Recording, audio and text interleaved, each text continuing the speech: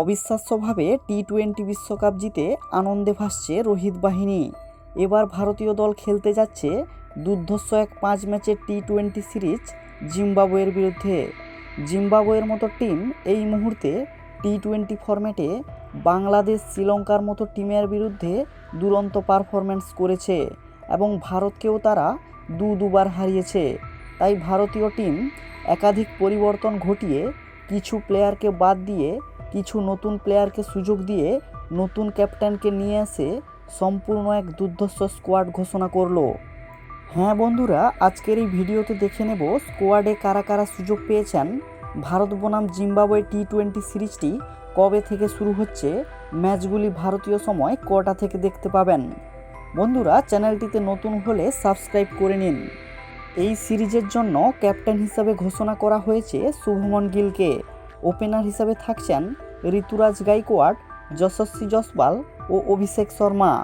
গোটা বিশ্বকাপ জুড়ে সুযোগ না পেলেও এবার যশস্বী জয়সওয়াল মাঠ কাঁপাতে তৈরি থাকবেন।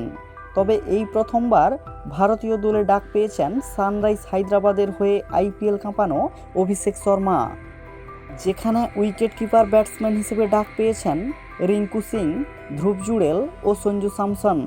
তবে এবার ঈশান কিষানের মতো প্লেয়ারকে এই সিরিজ থেকে বাদ দেওয়া হয়েছে। স্কোয়াডে অলরাউন্ডার হিসেবে ডাক পেয়েছেন শিবম দুবে ও রিয়ান পারাক।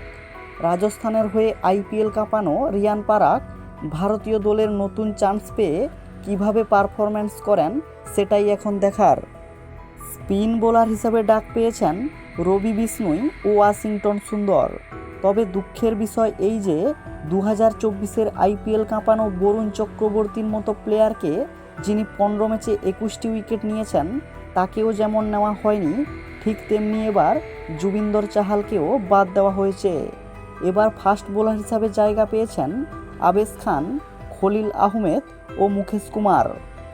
ভারত বনাম জিম্বাবুয়ে সিরিজের খেলাগুলি হবে 6, 7, 10, 13 ও 14 জুলাই ভারতীয় সময় বিকাল 4:30 থেকে ম্যাচগুলি লাইভ দেখা যাবে।